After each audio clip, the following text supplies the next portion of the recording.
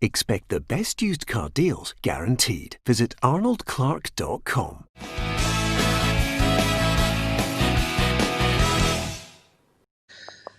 Welcome to Peter and Roughie's Football Show, sponsored by Arnold Clark. It is Thursday the 6th of August. I'm Peter Martin, Alan Rough, Darren Jackson and Tam Cowan here with me as ever.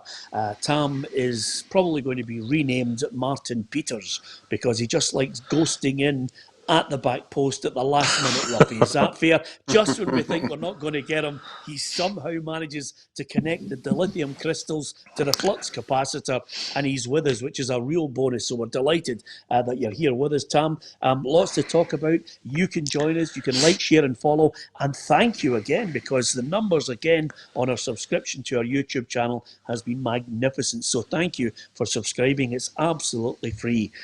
Anyway, great to have you all with us.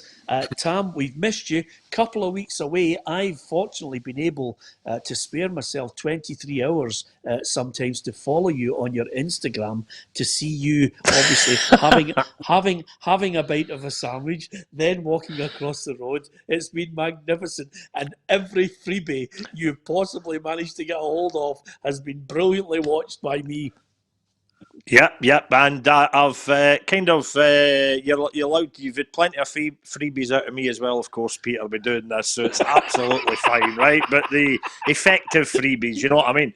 But no, you caught me in the hop there, because the thing that I did, I get great plugs for PLZ Soccer, of course, and for the football show, yes, by my prediction for Livingston last week, which I had to go on the radio. There was effectively a fatwa put out on me by the Livy Young team, and what done when you sent me that text last week, when I was doing it at a farmhouse in Ayrshire with my wife in one ear, my wee lassie in the other, I'm trying to get bags in the back of a motor, and you said, Tam, give me your top 12 predictions for the top flight this season. I had only done 11 when I realised I had to send the text back to you, and I thought, oh shit, who am I missing? And I looked, I said, who's missing? And the wife's getting at that, and my wee lassie's getting at that, and I thought, Livingston. So they were the one that I had left out, and I just planked him at the bottom and pinged it to you, thinking there would be no further action taken. But basically, I'm taking my life in my hands if I ever again go to the shopping mall or in Livingston. So thank you for that, Peter. Yes, absolutely. And I don't know about you, Roughie, but did you see him try and dig his way out of his prediction there, trying to keep the Livingston people happy? But you'll need to go to that outlet sooner or later. He's looking great coming back with the farmer look for his holidays. You know, it looks as if he's been in a farm. You know, just enjoying the farm life. It's fantastic. And sorry to hear this week, Roughie, that all your O grades for school have been downgraded from D's to F's. Absolutely magnificent. Darren. Right, I know what an O grade is, Darren. Tam, you're okay. You're all right, Tam. You are a heartless man, Cowan. Anyway, listen, lots to talk about. Of course, today, by the time the programme goes off, we'll not be too far away from Leverkusen against Rangers. They've been over there in Germany getting used to the surroundings and getting ready for this match. They're 3-1 down from the first leg. Our reporter Gabriel Antoniazzi has a look at the game. Rangers travel to Germany tonight with the monumental task of turning around a 3-1 scoreline against Bayer Leverkusen if they want to progress to the last 8 of the Europa League. The first leg was the last match played in the UK before the coronavirus lockdown, with Peter Bosch's side outplaying the home team in front of a raucous Ibrox crowd. Jazz boss Steven Gerrard knows he is at the start of a monumental campaign domestically, but today the focus is firmly on European matters. Obviously the situation's quite unique, having to wait so long to play the second leg. Disappointed with the outcome in terms of the results from the first leg. So we've got a bit of a mountain to climb, but you know, we're over here to give everything we've got and give it our best shot. Gerrard also confirmed that Alfredo Morelos is in line to start, and you can expect a similar 11 to the one we saw at Pittodrie on Saturday, save for Glenn Kamara and Leon Balogun, who both cannot feature, with Stephen Davis and George Edmondson likely to come in. Leverkusen have not played since losing the German Cup final on the 4th of July, and although several key players such as Karim Bellarabi and Kerem Demirbay are missing, one-away danger man Kai Havertz will feature and always impresses. Whoever does progress tonight will face Inter Milan in a one-legged quarter-final next week, And Gers fans will be hoping a moment of magic in Germany is the perfect sign-off to Alfredo Morelos' Rangers career. Yeah, there's still that, suggestion that this could be his last game. Will he be able to sign off with a crucial goal and maybe something that can ignite this tie for Rangers? They will need something, Roughie, to give them a little bit of hope, because if Leverkusen suddenly score another one, then everybody just goes flat as a pancake. Yeah, I think, as I've said on numerous occasions, and the evidence of the home leg, as the Rangers manager said, it's an uphill challenge. And if this had been a reverse role, if this had been the first leg, I'm sure Steven Gerrard would be sitting there saying, look, if we get a one each draw, if we score an away goal, it'd be absolutely fantastic to take back to Ibrox. So that isn't the case. So the expectation of them going there and beating this team 2-0 for me is just far too... I just can't get my head around it at all. I think they could get a draw, obviously with the circumstances that they've not played for a month. But I can't see them overturning this, and unfortunately I think they're going to go out. Yeah, I have to say apologies to everyone for Roughie's picture. He looks as if he's just come off a Walt Disney pixelated movie. But that's what happens every now and then up in that Fareham area when suddenly he doesn't pay that bill. But there's Roughie there. We'll try and make him out. You look as if you're from the Scott Sport film of 1978 of the World Cup here, whereas everybody else looks absolutely razor sharp, Roughie. We'll try and rectify that for you shortly. Hi to Michael Nealon, Neil Thompson, David McClure, William Webb, Lindsay Storier, Storier, I think is how you pronounce it. Lindsay, my apologies. Thank you very much for joining us, Stephen Martin. There's lots of people on YouTube and Facebook. What about Alfredo Morelos? This is what Steven Gerrard had to say about his player. Well, if it's a signal for other people, there's nothing I can do about that. But Alfredo's still a Rangers player. He's with us over here. He's focused on the game tomorrow, and he'll continue to be a Rangers player until things change. And the only way that'll change is if a bid is met that the board and myself are happy with. At the moment, that hasn't happened. So we move ahead together, and we stay professional, and we keep trying to get this football club positive results. Yeah.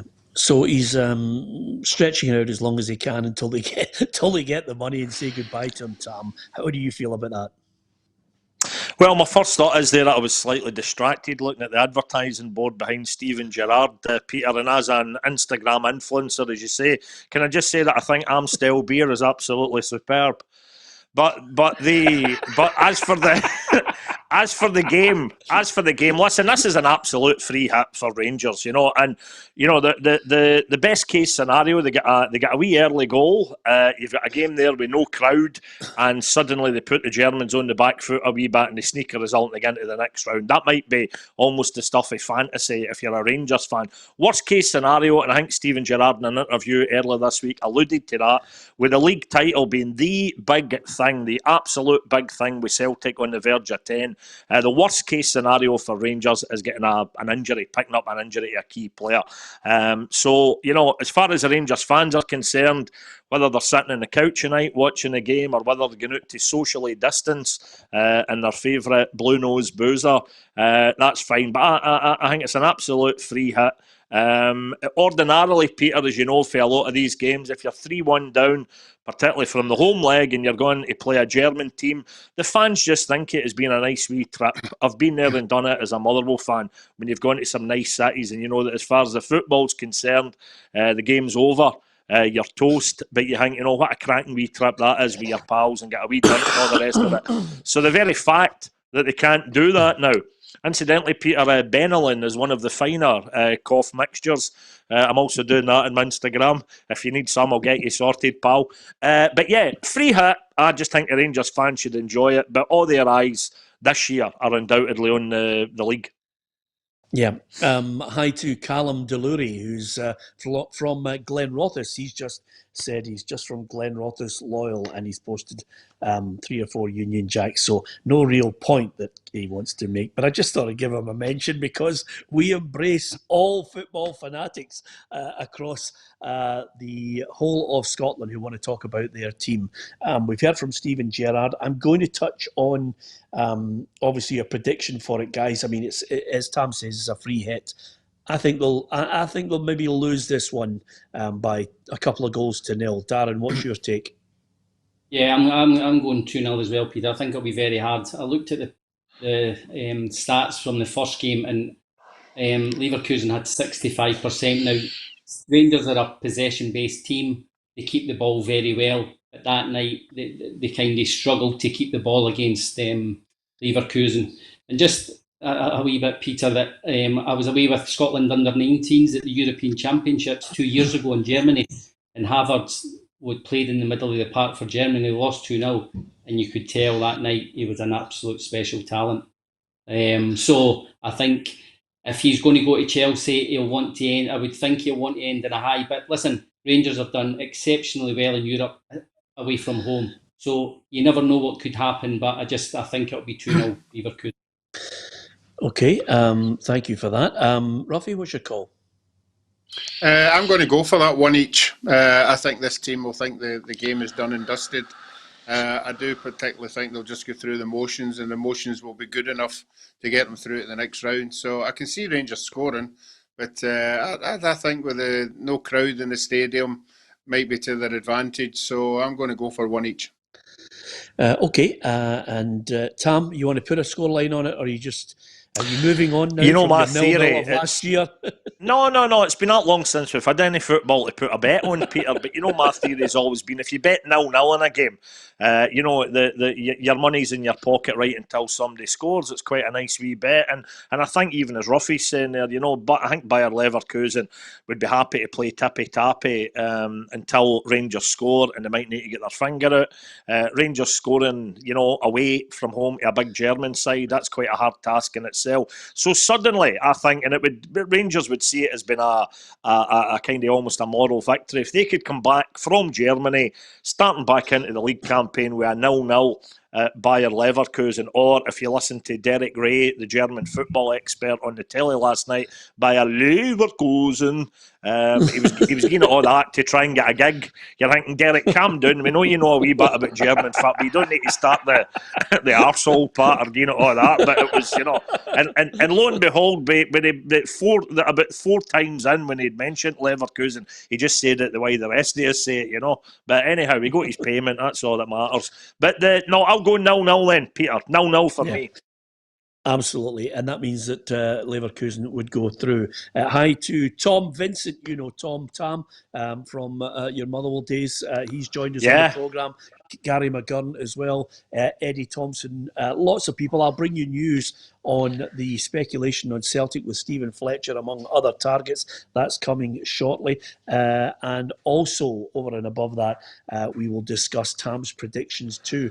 Here's the fixtures for the Europa League that Rangers fit into for this evening. Leverkusen Rangers, Sevilla against Roma, Basel Frankfurt, and Wolves against Olympiacos. So that's what you've got to look forward to. Rangers, incidentally, is a 5-6 kickoff. So bear that in mind just in case you're going to watch it on your own, or indeed you're going to talk to some of your mates as well. Now, just before we get to some of the transfer dealings, Tam, I might as well put up your predictions just to see exactly why the Livingston fans were so incensed by it all. There it is there.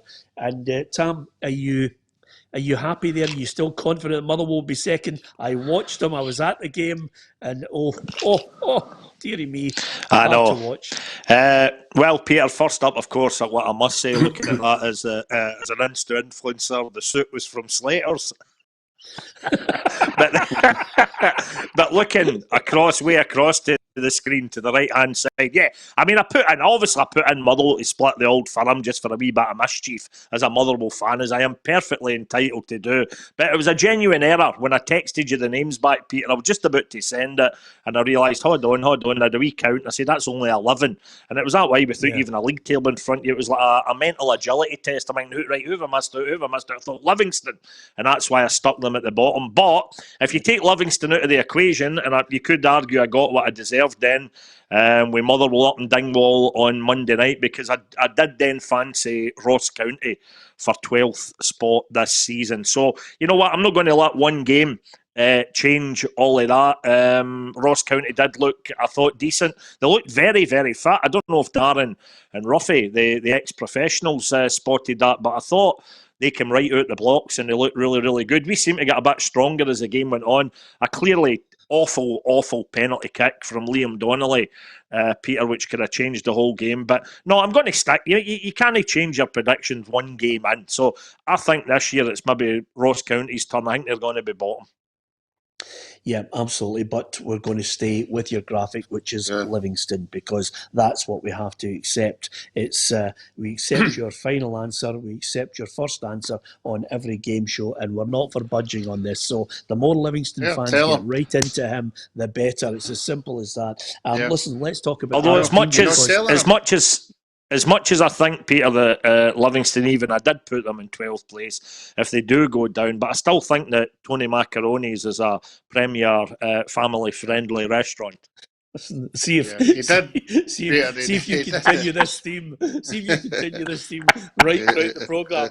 I am coming over to your lavish surroundings to beat the living daylights out of you, and you can come to my Carla home anytime you want, Peter. Very well built, nice garden back in front, and the site manager was ace. Brilliant. Roughie, let Roughie in. See when Roughie wants a point, he just goes, Tam. No. Tam doesn't know this, but he caused absolutely mayhem by no putting Livingston in to his league table prediction, because the SPFL have now called for a vote to see if they can get back in again. Absolutely. Well done, Roughie. It was worth the wait. It was worth the wait. You can always tell. If Roughie's got a good old guy, Roughie. The last time I spoke to Roughie, he was in the championship. What a difference a couple of weeks holiday makes. Hey, we'll be back, don't worry. Oh yeah, we'll be back. We'll be back. Listen, there's, on a more serious note, just a couple of things I want to draw to your attention. Aberdeen have had a player who's tested positive. There is a possibility that Craig Brown might have tested positive as well, which, as you know, Roughie, I can see Tam is actually tuned into me. As you know, that will affect the woman who lives down at number 74 and the woman that lives at number 58. Yeah, I didn't realise they type of bars had reopened.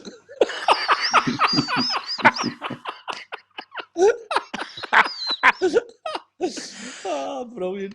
Craig, I hope he's all right, actually. But nevertheless... He's fine. He's fine. I texted him earlier. He's absolutely fine.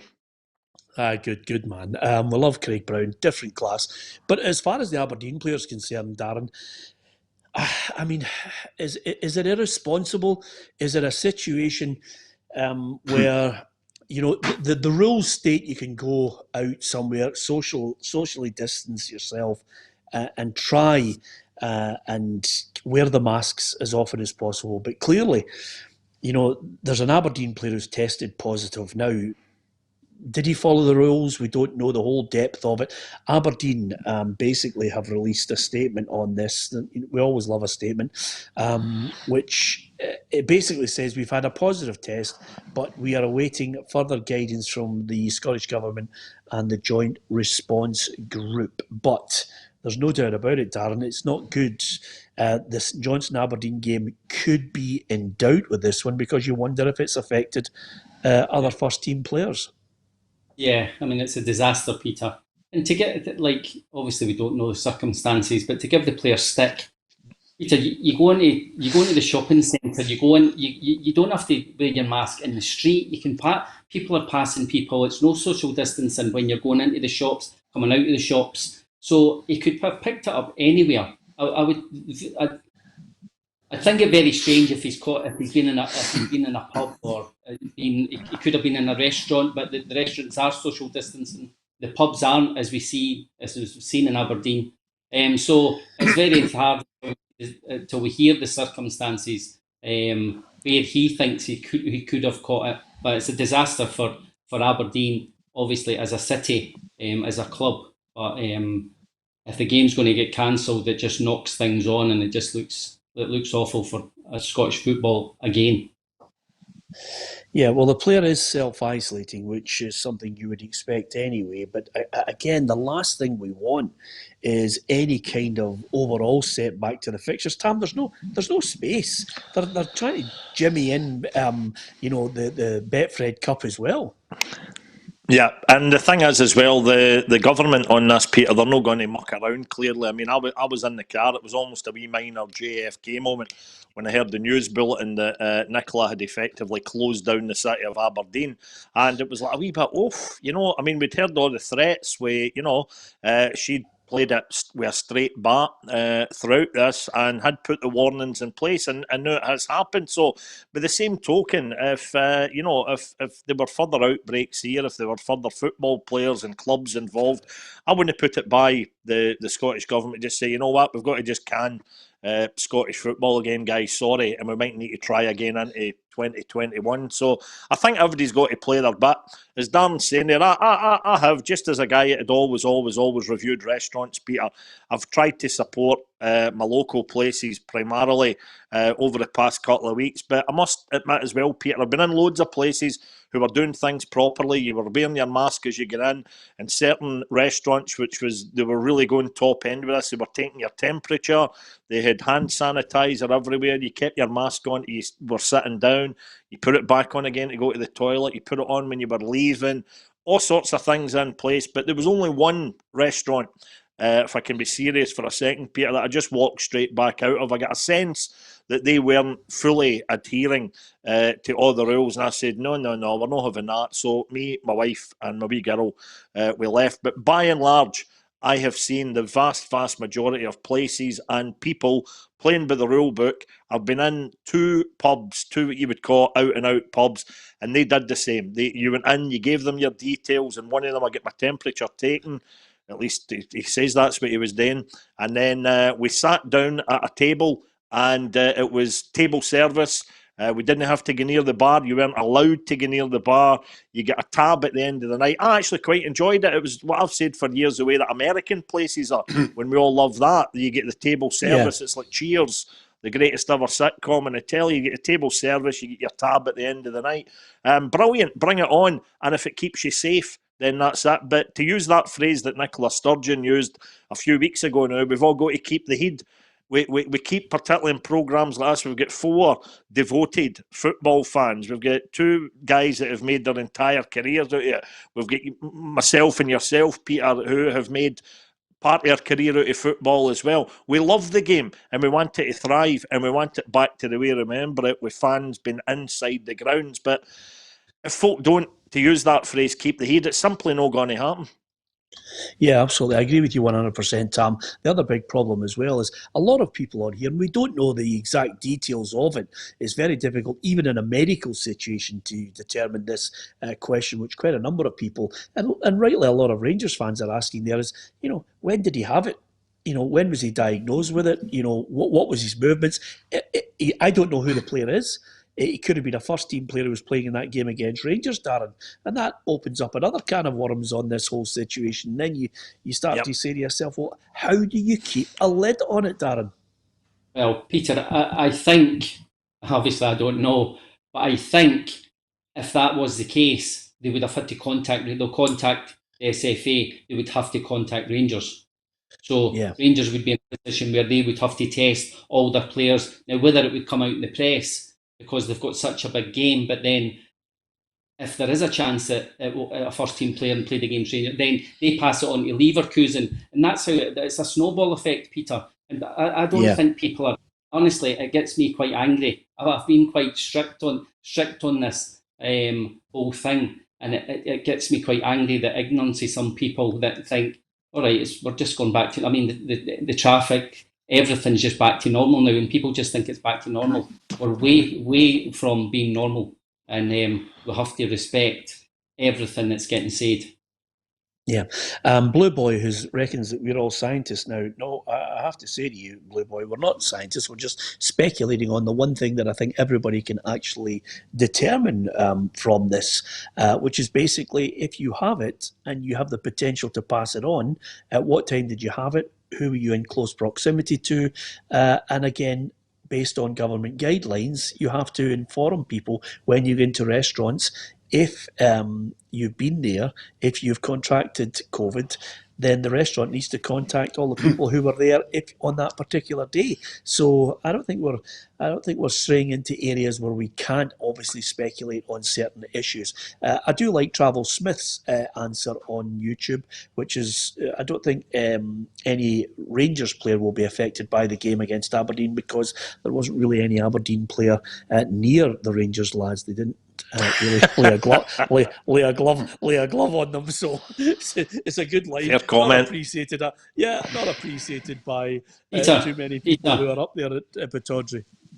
Peter, you're talking about how long has the player had it, or how long does he know he's had it?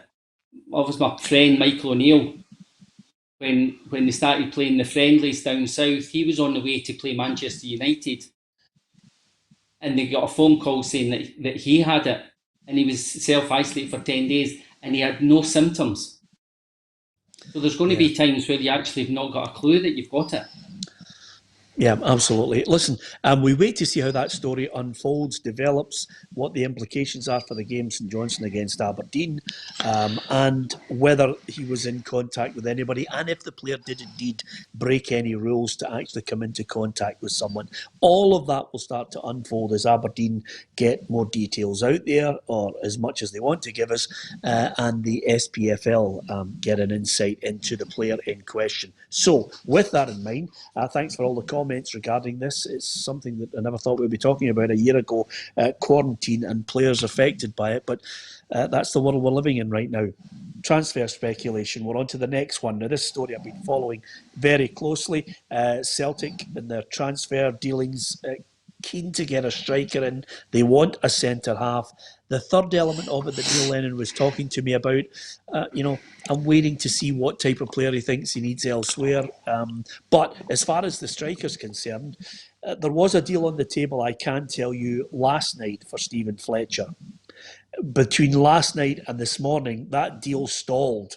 Now, it's not dead in the water. I know Neil Lennon has actually mentioned in the last few hours that he and Celtic are still in for Fletcher.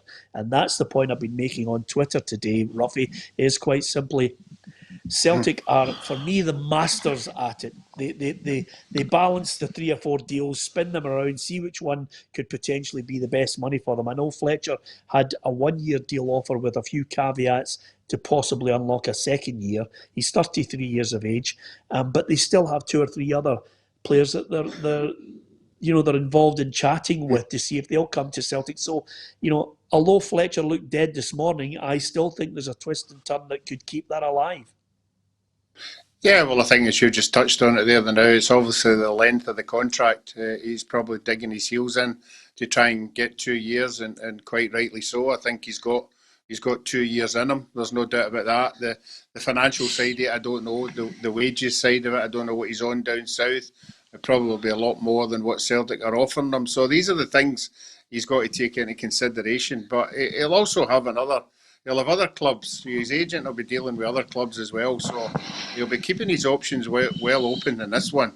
But you would like to think, and I'm sure the Celtic supporters would be hoping that if Neil Lennon actually wants him, they'll come to some agreement, because I think he will score goals for Celtic. Yeah, you know how these deals work, Darren. You've been there as an agent. Sometimes it looks as if it's dead in the water, and then suddenly Celtic come back and say, okay, we'll give you the 2 years. I think Stephen Fletcher would sign for 1 year and take, and gamble that he could get the second year. Well, there could be something in the contract, Peter, that he plays X amount of games. Now, listen, people go on about age now. Players are a lot fitter now, without doubt.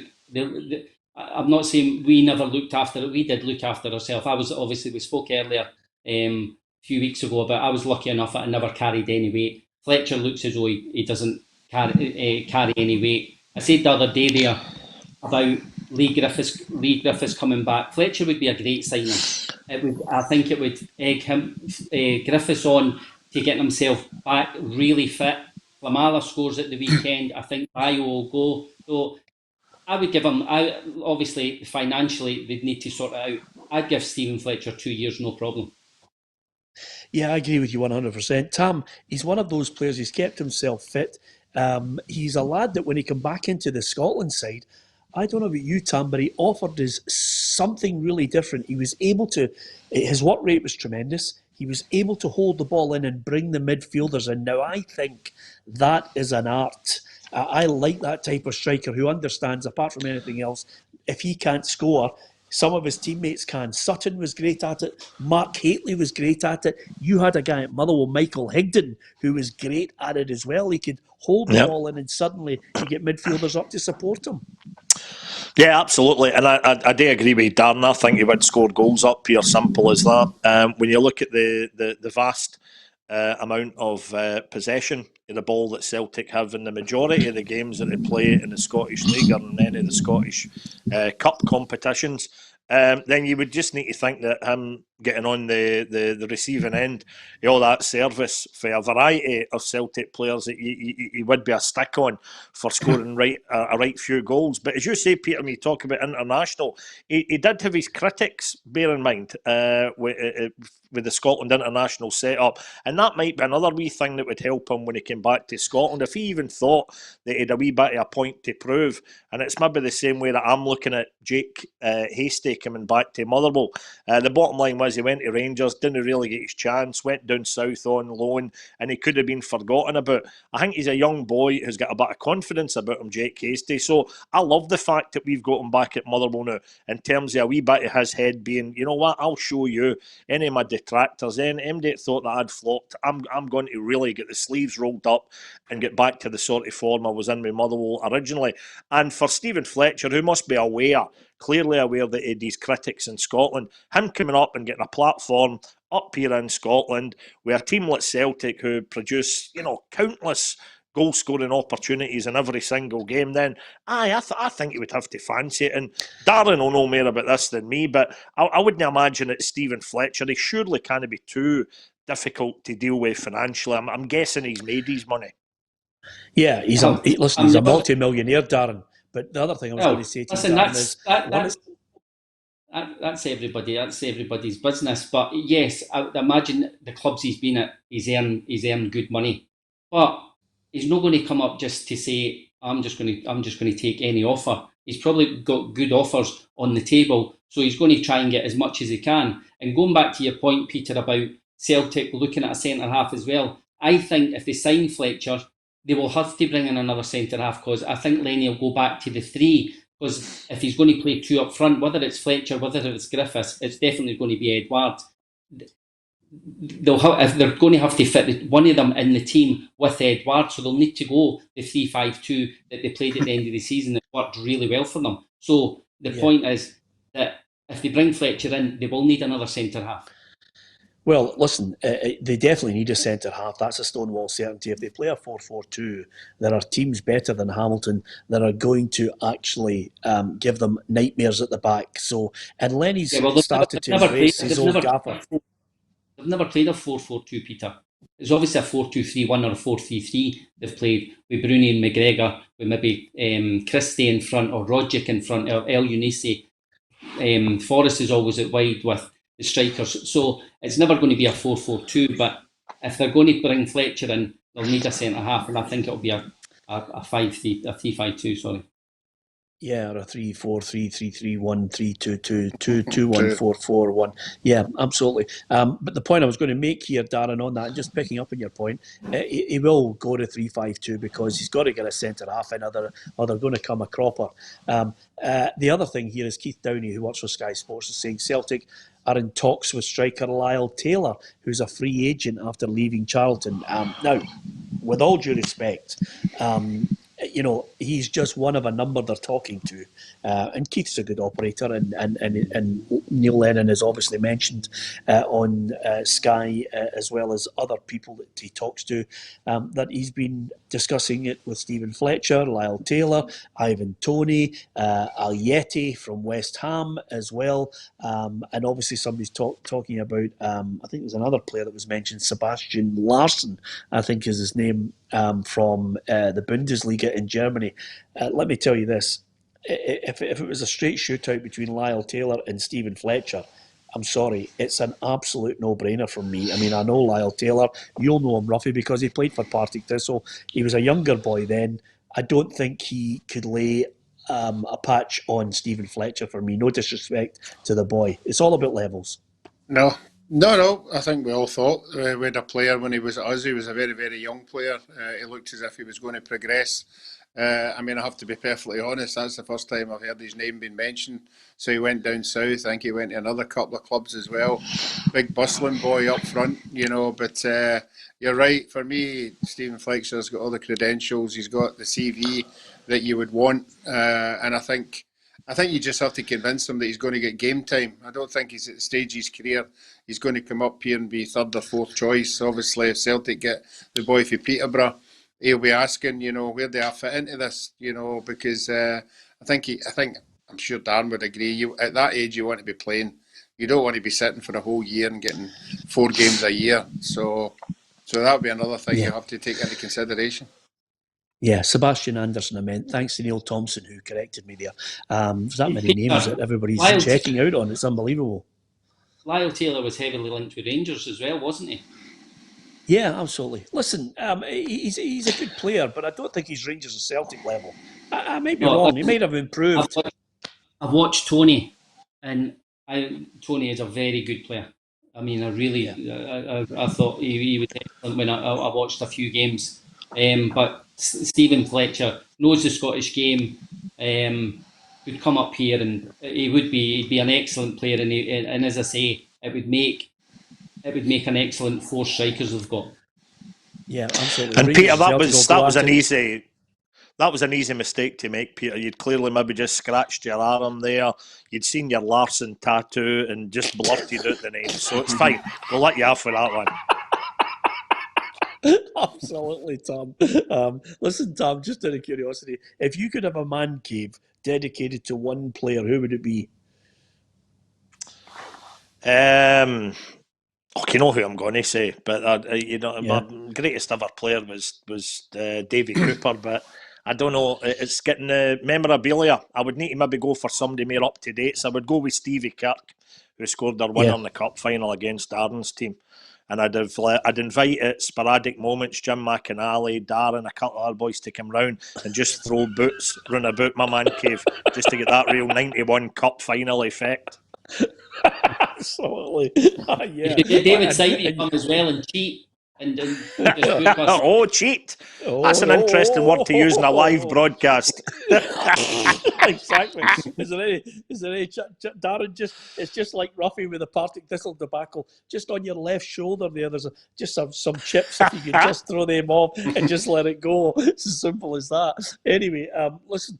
Thanks to so many people, posting their messages. Sean Grogan says, if I had a man cave, it would be Kevin McAllister. Crunchy was a great player and also a brilliant lad, Darren. I mean, you couldn't get any better. So skillful. And, of course, played for Chelsea at the highest level. Yeah, I was at Hibs with Crunchy. Great boy. Absolutely brilliant. Of course, played for Falkirk 3 times. Definitely unlucky not to get a Scotland cap at the time at Hibs, where he was doing really well. And I think he was very unlucky not to get a Scotland cap. Yeah, you know what, Darren? That's one of those debates that we must have had every 2 years on the radio. For whatever reason, it pops up every couple of years. The greatest uncapped Scottish player. And you know what? Kevin McAllister, without fail, always get mentioned, And you have to say, I always go back. I used Tosh McKinlay in my argument.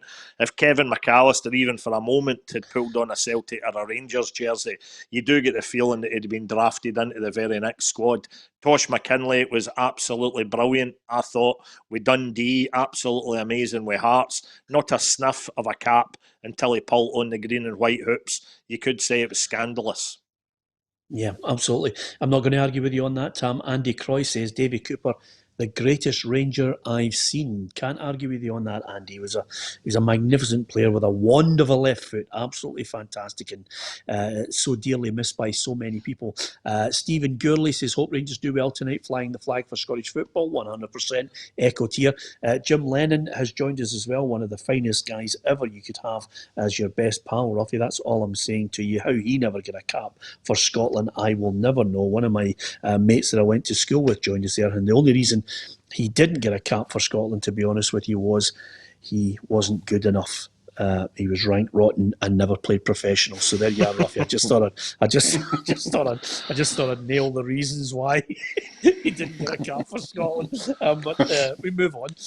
So now the next thing I want to get your thoughts on is just a couple other little bits of movement, ref, light and centre.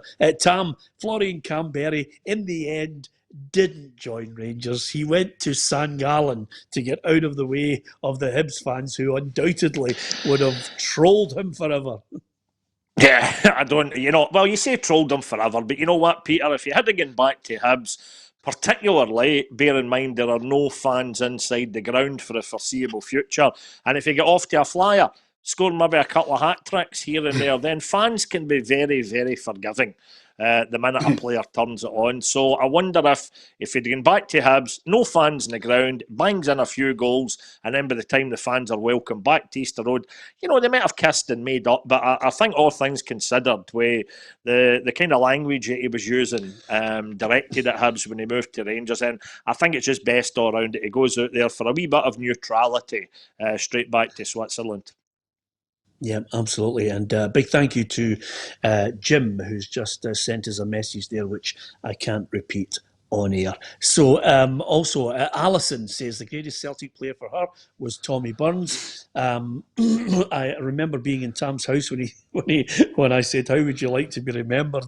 And he also looked into the camera with his usual Tam Burns wry smile and went, I just want everybody to remember me as the greatest Celtic player ever, bar none. and that was Tam at his devilish best. He was magnificent. Jazz Sweeney says, a Bobby Murdoch man cave for me. Jazz, you're giving away your age there. Also, Stuart Ramsey says, Kenny Dalglish. Roughie, who would your man cave be? Because, you're a guy who's played with probably all our heroes, so who would your man cave be? Probably Gina Lollobrigida or Karen Stone. Yes. Why am I not surprised by that line? And I don't think that's the old Juventus centre half, Roughie, aye. Yeah, old Gina. Yeah, absolutely. Probably, Gina. I don't know what. Probably George Best. Probably George Best. I've never had an idol play because we played football for so long and you're concentrating your own. But George Best for me did it. Yeah. See when you were hanging about with him, Roughie, did you like him as a person? Yeah. Was he we always talk about him as a, good fun. Great guy, good guy, and it's not until you were surrounded by him you could see the pressures that he was under for the whole of his life. Even when he came up here, the media just followed him everywhere. I mean, you'd be walking down Rose Street, going for a wee night out or something, and there'd be knee-deep photographers, just wanting a photo of him and taking it. Not the dodgy ones, taking photographs of maybe lots of pints of beer on the table and everybody's drinking them, but the photo would come out as that was him. No, it was him that was drinking them all, rather than, you know what I mean? The photograph was taken to make it look as if he was, the one. It was a shame, really, because, as I said, if you ask Jackie Mack and Ralph Callaghan and all that, he was super to be about. Really pleasant guy, and obviously good in a night out because you just hung about with him and saw what was left. Yes, absolutely. And Roughie's not talking about drinks there, by the way. He's talking again about a right good night out. Anyway, why should I even spell it out for you? Graham Hancock says, come on the Rangers tonight, all the way from Dubai. Great to have you on, Graham. Thank you very much for following us as well. We share your sentiments. Want a positive result for Rangers tonight. If it's a shock, and if Rangers put Bayer Leverkusen out tonight, and by winning the game by maybe 2-0, it it would be the best result ever in his short career in management for Steven Gerrard. I think it's a tall order, but Graham obviously very positive about it there, and that's what we welcome. There would also, Peter, there would also be a UEFA inquiry if Rangers went through in a 2-0, because Bayer Leverkusen would still have the advantage, as it'd be 3 each in aggregate, and they scored 3 at Ibrox. Yes, my apologies. Sorry. Okay, 3-0. 3-0, Tam. My apologies. Just in case you assumed that somebody, wearing their house coat at 4:30 in the afternoon is a drunkard, I was just wanting to clarify that I'm paying attention and I have my marbles intact.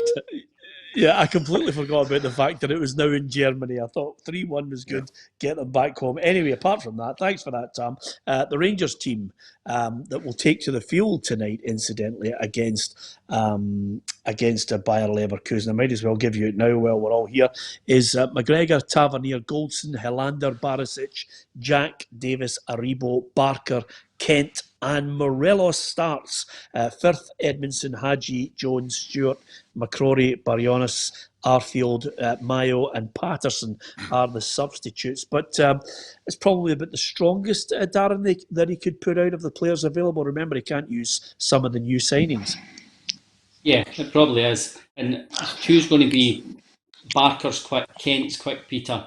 The wide boys are going to be crucial tonight, because obviously they're talking tactically. They play a 4-3-3 all the time, but the two wide boys will need to drop in and make it a 5 and try and stop them having too much possession in the middle of the park. But then they've got to try and get forward as well. And Kent get off to the mark.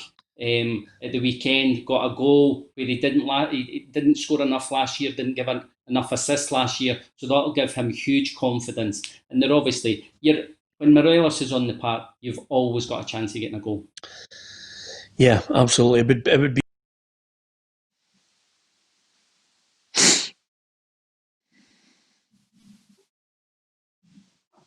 Missed you there, Peter. You have to come again.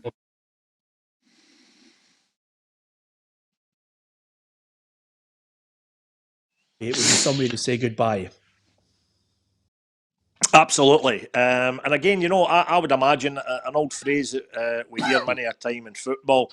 Darren will have heard that, Alan Roughie will have heard that, about there's certain players that maybe need an arm put around them, certain players that need a wee cuddle. You imagine it if Steven Gerrard, as has been well documented, if this is Alfredo Morelos' last game, last throw of the dice for Steven Gerrard, puts the arm around him, says, Alfredo, away out and finishes a true Rangers hero. Go out there and get a hat trick, and seems highly unlikely, very implausible indeed. But for the sake of it'll be watching it at home, and of course for the Rangers fans watching at home, a wee goal early doors, even though if it did blow my bet to smithereens, a wee early goal for Rangers would at least make it quite exciting and well worth sticking with.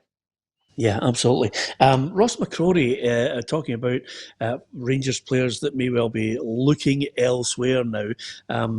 He's been linked with a move to Hibs, Darren. I think Ross McCrory still has something to offer. Maybe this would be something that could really kickstart his career. I've always liked Ross McCrory, Peter. I think he's been caught in the middle. Is he a right back? Is he a sitting midfield player? And I think that's where the boy's being caught in between.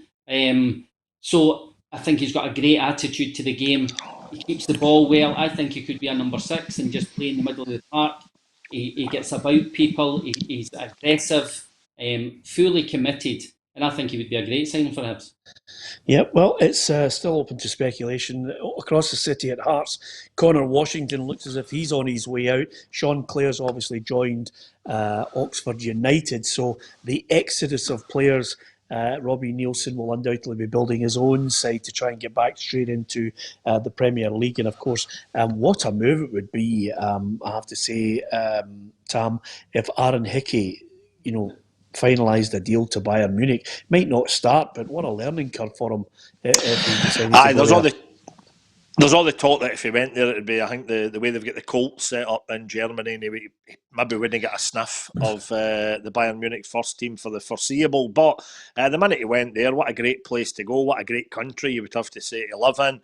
Great set up with the football, and he'd be well looked after. The minute he signed his name in the dotted line, that would be him made for life. But I found it interesting as well that Craig Levein revealing this week, I think it was on Radio Scotland in a programme, that Celtic had, I think it was 5 or 6 times now, they had apparently come in with bids for Aaron Hickey, and no been able to manage to cut a deal. But he does look like a smashing wee player.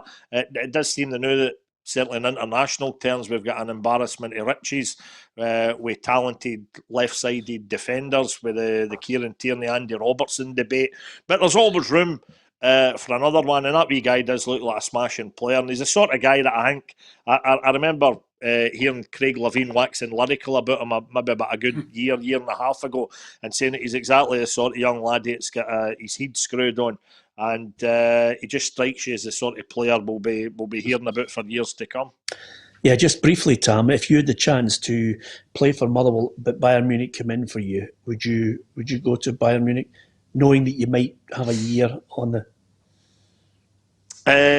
No, I would stay with Motherwell. It's always been my dream, Peter, as you know, to have played the closest I ever got to playing in a hallowed Fir Park turf. You might remember the competition, Peter. I think it was either the Covell Shield or the Hunter Cup that a lot of the schools in Lanarkshire, the Motherwell area, played in. And because we had a headmaster at Calder Primary way back when, and when I was in primary 7, he was a sort of old-fashioned heady that if you stuck in at the other subjects at school, he liked to see you being rewarded by getting into the football team, even if, like me, you were absolutely mince.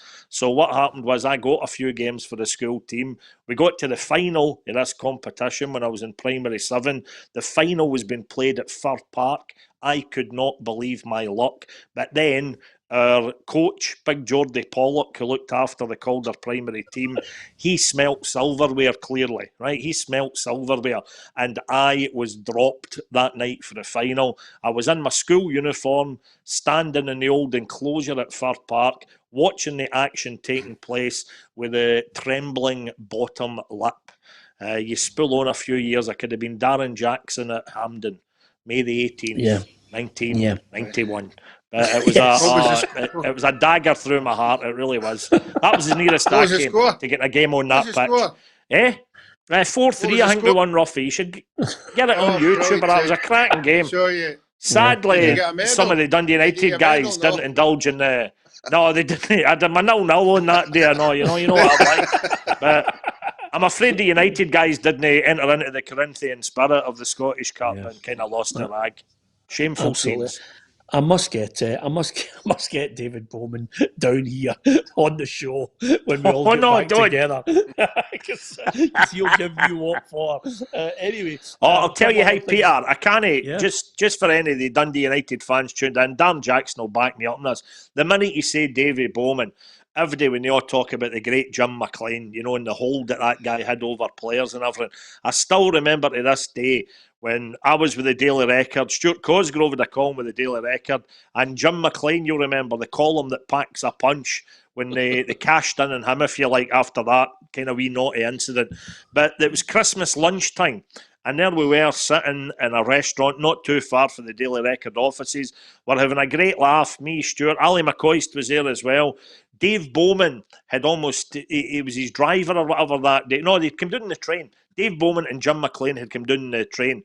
Dave Bowman just there to look after Jim McLean. So we're having a rare tear. It was absolutely brilliant, to the point that I always remember Jim McLean saying, after we'd a laugh, a joke and a carry on, he said, right, I'll need to get home soon to put my cheeks back in the fridge. Right? It was as if he wasn't enjoying himself, right? But it was a great line. But the best ever, and Darren, I know, will back me up on this, at one point, Dave Bowman, I think I was going to buy a round of drinks or something. I says to Davy Bowman, Davy, you want another bottle of beer? And I kid you not, and I bet you Darren will appreciate this, Davy Bowman turned to Jim McLean. We're a day out at Christmas, for heaven's sake. And Davy says, Gaffer, is it okay if I have another beer? He actually asked his ex-boss if it was all right him have, the hold that guy must have had over his players, even some years after retiring. A huge hold on the players and all that. And Bo's one of my best pals. Bo had a great relationship with Jim McLean, a brilliant relationship with Jim McLean. I think Jim loved the way Bo went about things and the way his attitude on the pitch and all that. But he did have that hold. He did have that kind of presence that you felt, I'll need to ask. That's my dad. I need to ask. Can I have a drink? I'm not surprised you said that, Tam. Roughie, I remember one night Darren and I were in the amphitheatre in Edinburgh, and there was two girls we were going to obviously take out, and Darren had to phone Jim McLean to see if it was okay if we could head out with these two girls with tattoos on their arms and everything. But he still obviously had to ask him. I mean, that's the hold he had on him. It was absolutely incredible, and I still remember them to this day. Lots of people giving us messages wishing Rangers all the very best, and we do tonight. We've given you the team for Rangers, had you on the bench, but nevertheless, Morelos, could this be his last game? Who knows? We will watch the game and discuss it in detail tomorrow. Talking of which, by the way, I noticed that Gareth Bale's been left out of a game that we should all have been heading down to. Roughie, it would have been sensational. You, me, of course, Darren there, the other boy who shall not be named, the defector, the badge kisser, and of course our two competition winners. We were all going down to Man City, Real Madrid. Yeah, and I can't believe I was listening to the warm up of the game today. I can't believe that's 5 months ago. We're all keyed up for it. We're all excited, particularly because the game would have been absolutely fantastic. But obviously, the travelling down with the winner would have been good as well. And the other good thing about it is it just leaves an opening for McManus now.